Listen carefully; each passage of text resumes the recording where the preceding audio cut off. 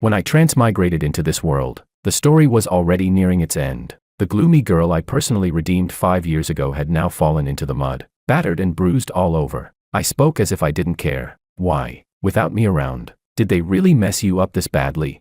She suddenly looked up, her eyes instantly turning red. When you weren't here, they all bullied me. I stayed silent. In the end, I couldn't bring myself to shake off her hand. Yet late that night, I accidentally ran into her, stomping the female lead under her foot. Her voice as cold as ice. Idiot, didn't I tell you to go all out? If I don't bleed a little more, how would he feel sorry for me?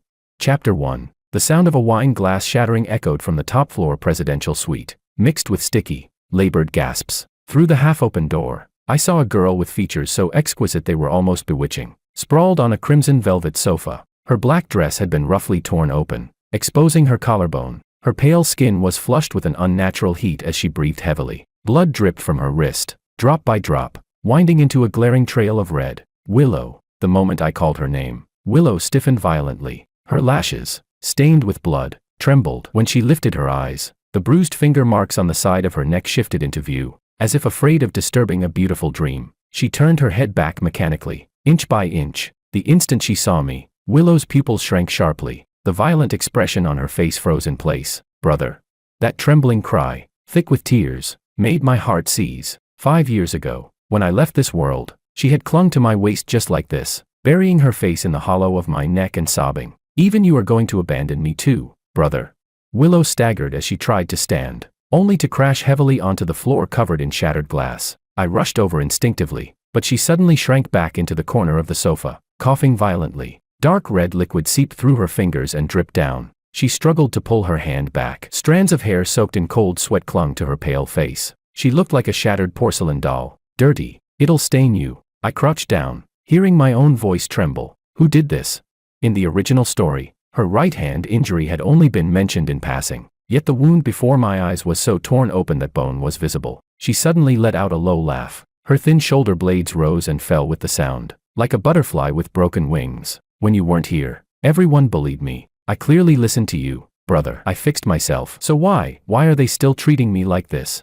She tilted her face up, tears rolling down. They said you didn't want me anymore, that a kid like me, who nobody wants, deserves to be bullied. My heart clenched hard. In the original story, Willow was a ruthless, mentally unstable villain. She and the female lead were both orphans who grew up in the same orphanage, once the closest of friends, but by a cruel twist of fate, the female lead was adopted by a wealthy couple in Willow's place and went on to live a blissful life. Willow, on the other hand, was adopted by a hypocritical piece of trash. After enduring endless torment, she escaped and ended up living on the streets. Willow believed the female lead had stolen the happy life that should have been hers, and thus became a villain who opposed her at every turn. After I entered this book, I took 16-year-old Willow home and raised her myself. My mission was to redeem her broken life and rewrite her ending. After the strategy was conquered, I was forced by the system to leave this world, until last night, when the system sought me out again. It told me that Willow's world was showing signs of collapse due to the loss of control of its key characters and urgently needed correction.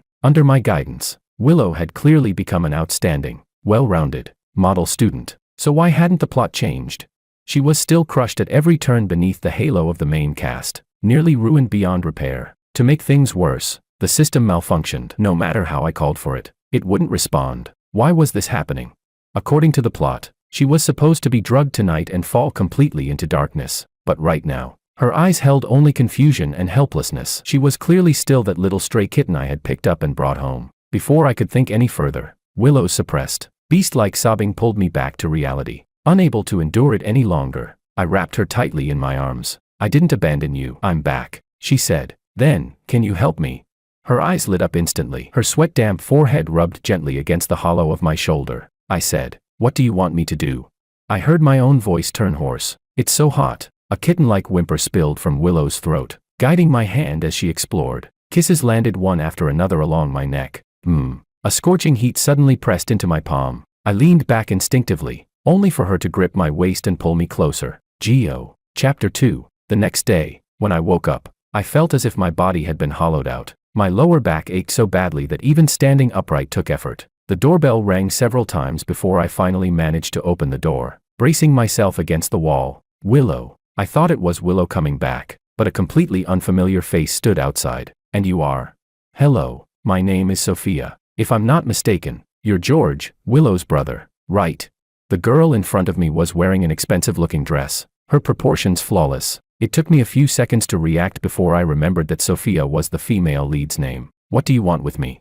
A trace of hostility surfaced in my eyes. Sophia froze for a moment, and her expression actually looked hurt. I'm only here to remind you that Willow isn't as harmless as you think. This is all an act she puts on in front of you, especially after you disappeared 5 years ago. She almost went mad and did a lot of utterly deranged things. She pushed a document folder across the coffee table toward me. These are the records of how Willow has been suppressing me over the years. Just last week, she acquired 3 of my subsidiary companies. Those reports about her falling from grace and being beyond recovery from long-term illness were all public opinion she deliberately spread. In truth, it's not me bullying her, it's her who refuses to let me go. Dense lines of data on the stark white pages filled my vision. I set my teacup down hard on the table and said coldly, "Ms. Kim, please leave. With your status, fabricating these things wouldn't be difficult, no matter what. I only believe what I see with my own eyes." Sophia Kim stood up and stared at me intently. "Brother, you've been fooled by her." I frowned and spoke. "I'm not your brother. Please don't address me that way." Sophia opened her mouth, her voice rough with strain. "Sorry, I was too anxious just now. I truly mean no harm, and I'm not here to sow discord. I'm just worried about your safety. Willow's mental state is extremely unstable. She even shows signs of self-harm." I flung the document folder straight at Sophia. "So you're saying she drugged herself and injured herself like that?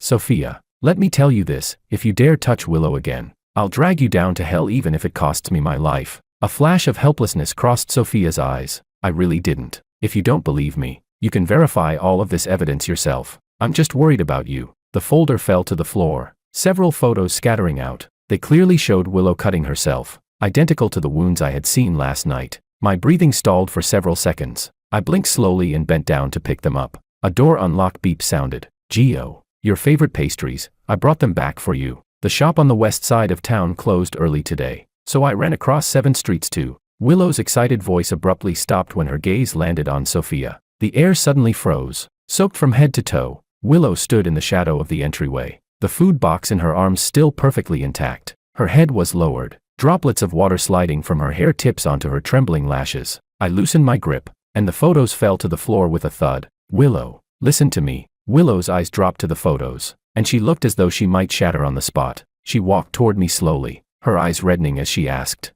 "Gio, even you don't believe me?" "Willow." Sophia suddenly grabbed her arm. "Stop pretending. That smuggling shipment at the docks last month, that's enough." I stepped in front of Willow and cut her off. "Willow, go change your clothes. Ms. Kim, please leave. I don't want to see you again." Sophia let go weakly, yet her eyes never left me as she spoke. "George, actually, you used to hold my hand too. Do you really not remember me at all?" I froze for a moment and asked hesitantly, "Do we know each other?" Willow looked up at her, her voice unsteady. "Sophia, my brother is all I have left. Are you going to steal even him away from me?" Chapter 3. Sophia was driven away by me. Willow clung to me tightly like a small animal lacking any sense of security, refusing to let go. I patted her on the head. "It's okay. I won't be fooled by her. I'll always believe you." Willow let out a soft hum, reluctantly loosening her grip. "Then wait here for me. I'll go down to the convenience store to buy some spoons. I was in such a rush to come back that I forgot to take them." "All right, go ahead." Wait, you didn't bring an umbrella again." Willow was walking too fast. By the time I reacted, she had already disappeared through the doorway. Letting out a helpless sigh, I could only grab a jacket and chase after her. The rain was heavy, blurring my vision. I stood at the intersection, searching for Willow's figure. Through the crowd, I caught sight of that familiar silhouette turning into an alley. I hurried after her, but from far away, I heard the dull thud of a heavy body slamming into a wall. Willow's smiling voice drifted over with the sound of rain. "Ms. Kim, don't you ever learn?"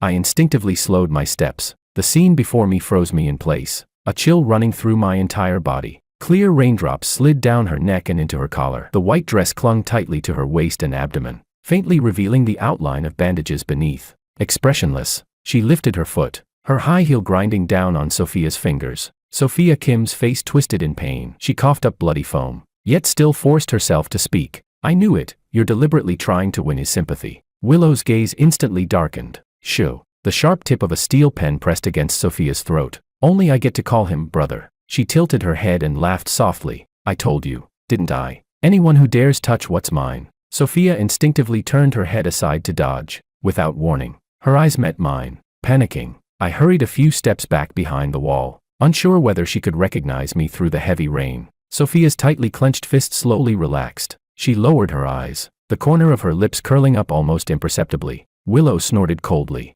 What? Scared now? Why are you so weak today? Last time, didn't you almost throw me off the rooftop?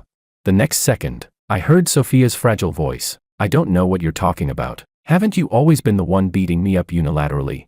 Cough, cough, it hurts. Is anyone there? Help. Chapter 4. Raindrops shattered into countless flecks of silver beneath the red and blue lights of the ambulance. I stood at the mouth of the alley, gripping my phone, watching the paramedics lift Sophia onto a stretcher. Her raven feather lashes fluttered weakly under the relentless rain. Faced with a situation like this, I couldn't bring myself to simply look away. The patient has suffered a heavy impact resulting in fractured finger bones. She needs surgery immediately. The nurse's voice cut through the rain. 3 fingers on Sophia's left hand were twisted at a grotesque angle, and the wound on her forehead had been washed pale by the rain. My pupils trembled. I turned my gaze away, unable to bear looking any longer. A strange, aching tightness welled up in my chest. Had I really misjudged her? I felt a scorching stare on my back. I turned around. Willow's umbrella suddenly appeared above my head, shielding Sophia completely from the rain. Why is brother here? Her breathing was hurried, her black, choppy hair drooping limply from being soaked through. My eyes swept over her sleeve cuffs and paused for a moment before I looked straight into her eyes. There was a dark red stain there, like blood diluted and spread by rainwater. I waited too long and got worried, so I came out to look for you. For a split second, Willow's expression stiffened. The rain was too heavy. I went to buy another umbrella, so that delayed me. She quickly returned to her obedient demeanor, curling her lips into a smile. Gio. I knew Gio loves me the most. A staff member walked over with a clipboard and clicked a ballpoint pen. Sir, were you the one who called the ambulance? Willow jerked her head up, shock flashing through her eyes. The sound of rain suddenly seemed deafening. I heard my own calm voice. Yes, I saw someone was injured. The staff member asked a few more routine questions, then nodded politely. All right, understood. Thank you for your cooperation. Throughout the entire process, Willow was so quiet it was as if someone had pressed a mute button on her. I didn't look at her again and turned away. On the way back to the hotel, Willow stayed half a step behind me. Not a word was spoken. The elevator's mirrored walls reflected her lowered profile, water droplets rolling down from her lashes. Staring at the changing floor numbers on the electronic display, I finally spoke. Willow, why did you attack Sophia? I didn't go all out. I just wanted to scare her. I wanted her to stay away from you. But she suddenly picked up a brick from the ground and smashed her own hand. I closed my eyes briefly, on the verge of breaking down. Willow, as far as I know, Sophia has practiced piano for 10 years. With injuries like today's, she might never be able to play again. No performer would willingly gamble the rest of their musical career like that. In the original story, Sophia was exceptionally gifted in music. She had already won countless piano awards back in middle school. The air fell silent, with nothing left but the sound of breathing. Willow suddenly grabbed my wrist. Her fingertips were ice cold, ripples flickering in her dark pupils. Gio, are you suspecting that I'm lying? The elevator chimed softly as it stopped on the 28th floor. I gently pulled my hand free and stepped out first. Willow, I just can't figure out her motive for hurting herself. She had no reason to do that, did she?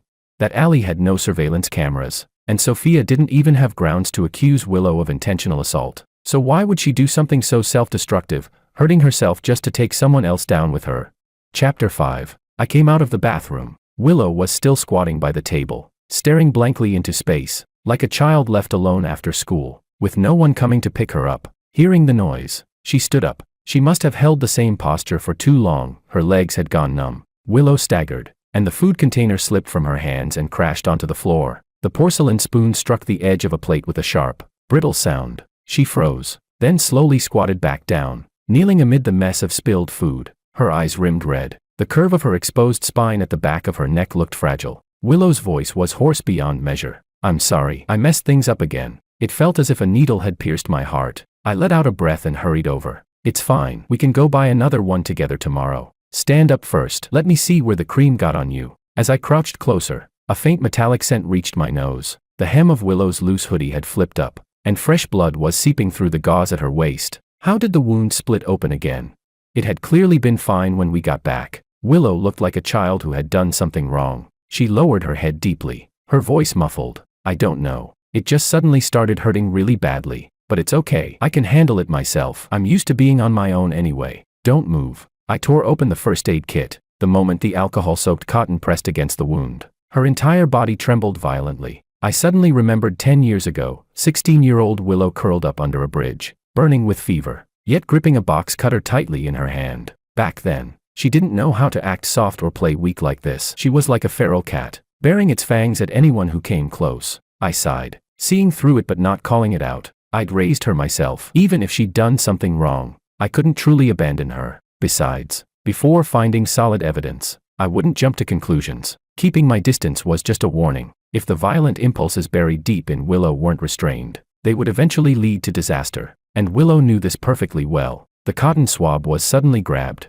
Her fingers slid up along the inside of my wrist. Her scorching lower abdomen pressed against my calf. The heat burned through the fabric, straight into my skin. I was wrong. No matter what, I shouldn't have hit someone first. You taught me that violence isn't the solution. I remember all of it. I ignored her, focusing on bandaging the wound. Willow edged closer again, aggrieved, accusing me with her eyes for ignoring her. The smell of blood mixed with the damp air after the rain, spreading between our lips and teeth. I hissed softly and frowned. Are you a cat now? You even bite people? Yes, I'm your kitten. She carefully cupped my face. Our noses touched. Then don't be mad at your kitten, okay? Chapter 6. At 3 in the morning, I heard the soft click of the door. My heart sank. I took a deep breath and followed. Willow's car was parked outside the hospital entrance. The inpatient corridor was soaked in cold white light, the sharp smell of disinfectant stinging my nose. From around the corner came the sound of glass shattering. I followed the noise and, without warning, ran straight into a pair of reddened eyes. Sophia was half reclined against the hospital bed, breathing with difficulty. She lifted her face, her lashes casting fragmented shadows beneath her eyes. The moment our gazes met, Sophia's eyes lit up. Brother, how did you know I was here? Like someone facing a fragile treasure, wanting to touch it, yet afraid it would vanish at the slightest contact. Did you come here just to see me? I pressed my lips together before answering. I was passing by. So that's how it is. She tugged at the corner of her mouth, bitter and self-mocking. Then I won't keep you. Go get some rest. Sophia suddenly broke into a violent coughing fit, the 4 lines swinging sharply with the motion. Do you need me to call a nurse for you? I stopped, my hand tightening slightly around the door handle. Her oversized hospital gown was bunched up, revealing a thin, bony arm. That was when I noticed the round birthmark on her wrist, and froze. A corner of my memory was abruptly pried open. The day I took Willow in. On my way to find Willow, I had run into a little girl who had gotten lost. Her expression was numb, and on her wrist was a birthmark just like this one. Big brother, I'm really hungry. Can you lend me 5 yuan? My watch is very expensive. I can give it to you as collateral. I bought her some Odin and asked gently, where are your mom and dad?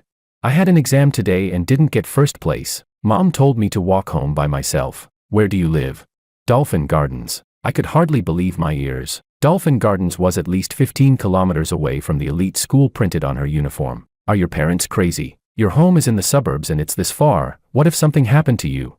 A flicker of confusion surfaced in the girl's eyes. But Mom said if I'm not good enough, I don't deserve to be her daughter, and I have to be punished. She pulled open her collar. The burns on her collarbone were twisted and vicious, like poisonous vines. Just like when I practice piano, every time I play a wrong note, I get punished with a cigarette. I called the police on the spot. Then I phoned her mother and scolded her nonstop for 3.5 minutes. If she hadn't hung up, I could have gone on cursing her for 3 days and 3 nights. Before leaving, I took off my jacket and wrapped it around the girl's trembling shoulders. You're already amazing. Never doubt yourself. Sophia's dark eyes rippled with a star-like smile. So you finally recognized me. It turned out that the female lead's life wasn't as glossy and perfect as it looked on the surface either. I hesitated before speaking. Were your parents still that strict with you afterward?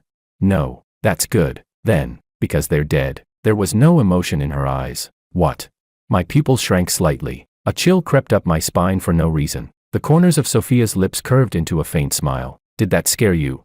It was a car accident. An accident. Something no one could have predicted. Sophia lifted the hand wrapped in plaster and gave it a small shake. Could you help me pour a glass of water? All right, George. She stopped me again and said.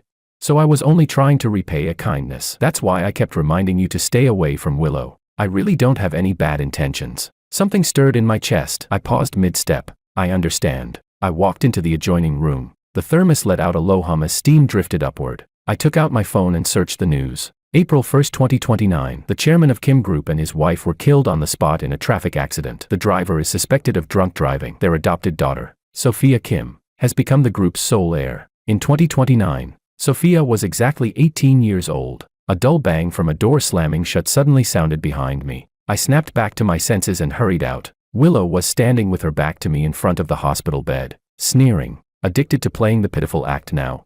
What a shame, this trick only works when I use it. A clown trying to imitate Dong Shi.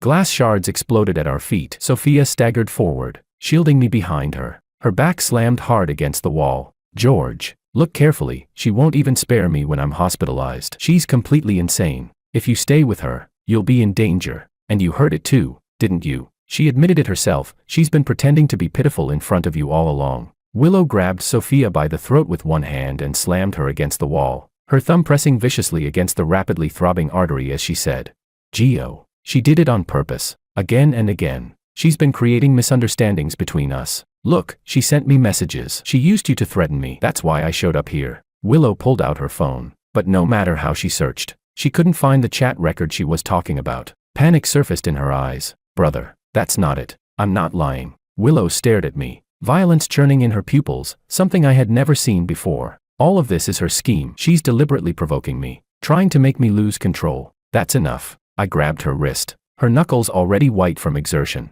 Her whole body jolted, and her hands dropped abruptly. "Willow, you've disappointed me too much." Willow looked at me in disbelief, her voice trembling. "I didn't." I pointed expressionlessly at the glaring bruise marks around Sophia's neck and said, "This time, I saw it with my own eyes, and you're still trying to argue."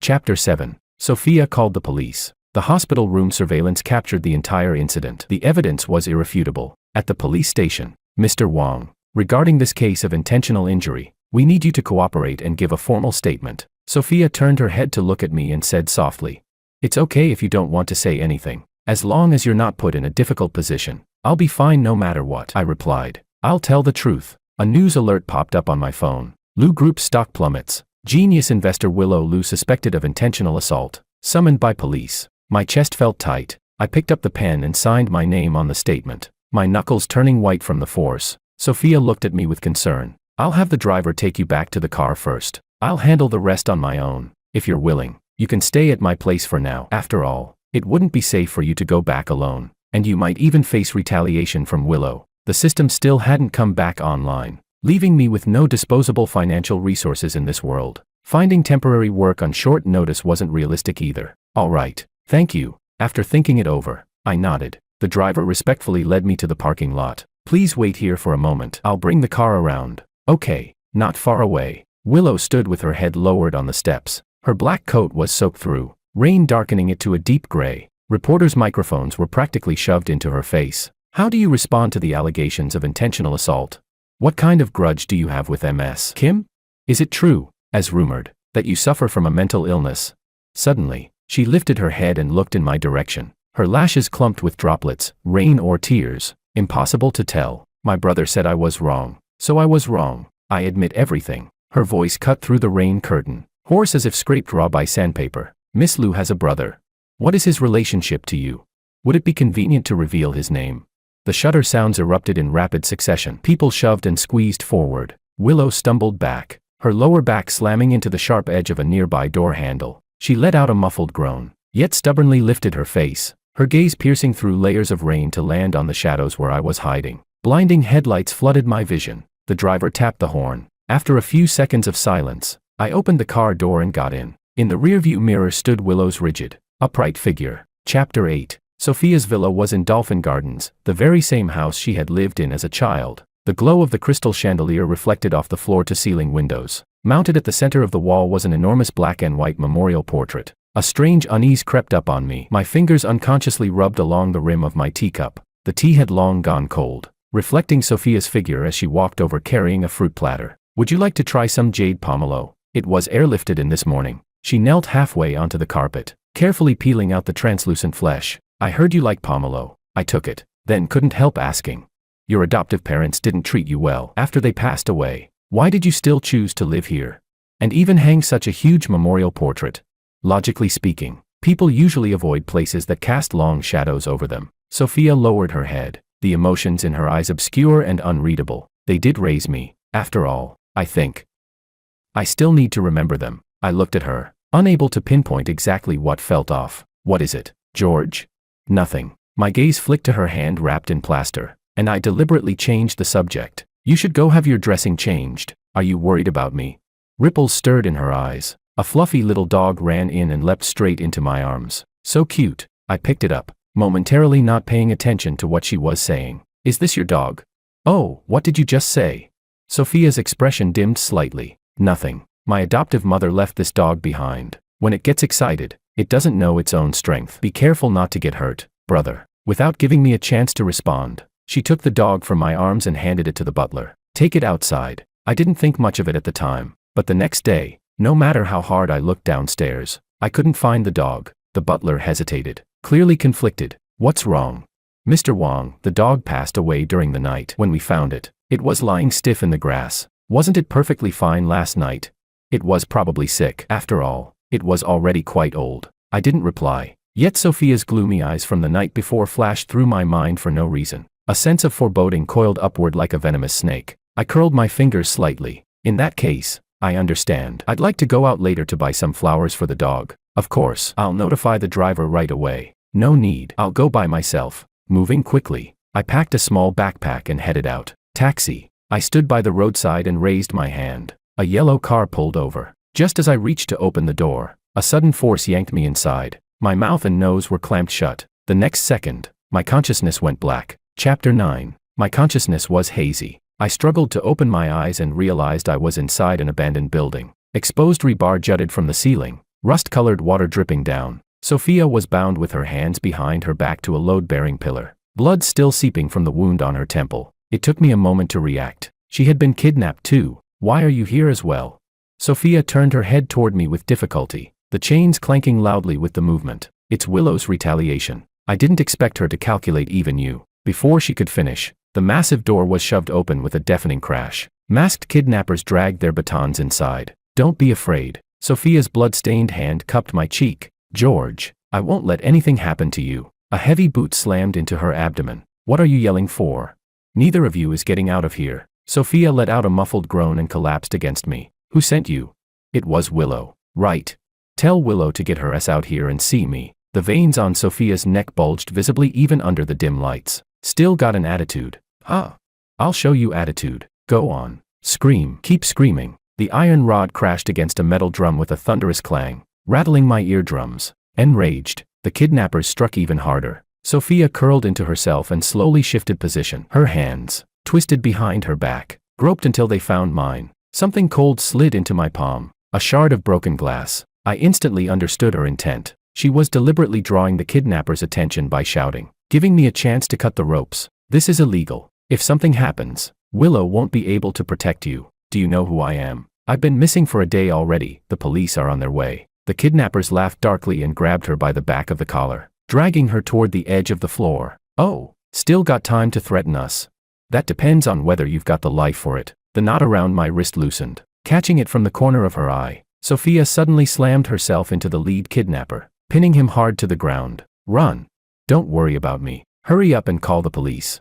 I didn't move. I simply looked at her quietly. Sophia Kim froze. George?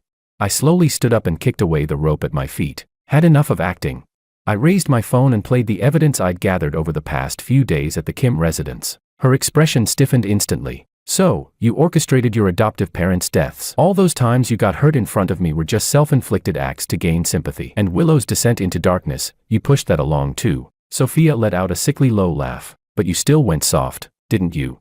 Otherwise, why would you be willing to act this play out with me? I tugged open my collar, revealing the microcamera hidden inside my necklace. From the moment I agreed to go home with you, I was waiting for this final scene, the one that would crush you completely. I just didn't expect you to lose patience so quickly. I only pretended to notice something off, and you panicked. Her face darkened bit by bit, settling into an eerie calm. You suspected me all along. The kidnappers tried to approach, but Sophia stopped them with a gesture. I shook my head. Your plan was airtight. You reinforced my suspicion of Willow step by step, strengthened your own righteous image, and advanced layer by layer. As long as I ran out now and called the police, combined with the 2 prior accusations you'd laid out, claiming Willow committed intentional assault, the police would definitely conclude Willow had motive. And I would be the most convincing witness. Then why? She curved her lips bitterly, staring straight at me. I answered softly. Because I never stopped believing Willow. Blood dripped from Sophia's jaw onto the floor. She suddenly started laughing. A vacant, obsessive laugh. Laughing. She pushed herself up from the ground. An almost deranged possessiveness brewed in her eyes. Why? Why does she get your love? When I was the one who met you first. Chapter 10. Sophia staggered onto the swaying steel beam, the night wind lifting the hem of her clothes. With her arms spread wide, she looked like a crane with broken wings. Tears streamed down her face. Do you know? I love you more than she does. Why can't you just look at me? She nervously bent and counted her fingers. Since you came back, you've had milk tea 3 times, 70% sugar, no ice. The day before yesterday, when you dried your hair after a shower, 18 strands fell out. Her eyes were red, filled with despair. No one cares about you more than I do. I looked at her and cut off her rambling. Sophia, love isn't like this. She suddenly laughed, her frail body swaying unsteadily. You're lying. Willow is even darker than I am. To keep you. She didn't hesitate to hurt herself like that. Her fingers plunged into her hair, unconsciously clawing her black strands into a tangled mess. Bits of concrete crumbled and fell. 5 years ago, when the system made you leave, Willow was clearly reluctant to let you go. But for you, to let you return to your original world and reunite with your family, she chose to let go. With tears all over her face, she hugged you and told you to live happily. A sour ache rose in my throat. And you?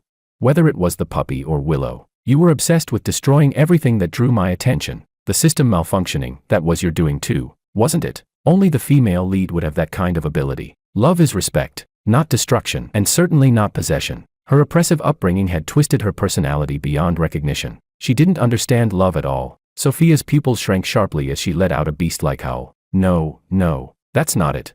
Stop, Sophia. Turn yourself in. You did something wrong. You can slowly make things right in the future. Okay. An explosion echoed from below. The moment Willow kicked open the iron door, Sophia suddenly lunged forward, grabbing me and dragging me toward the edge of the rooftop. With her back against the rusted railing, she pulled out a gun and pressed it to my temple. The same filthy blood flows through Willow's veins as mine. You think too highly of her. Let's play one last game. George, guess whose heart this bullet will pierce? Let him go. The police will be here any moment. Don't do anything stupid, Willow said in a low voice. I could see her lips trembling slightly. Sophia laughed. Step back. Willow did as she was told. You want to save him, don't you?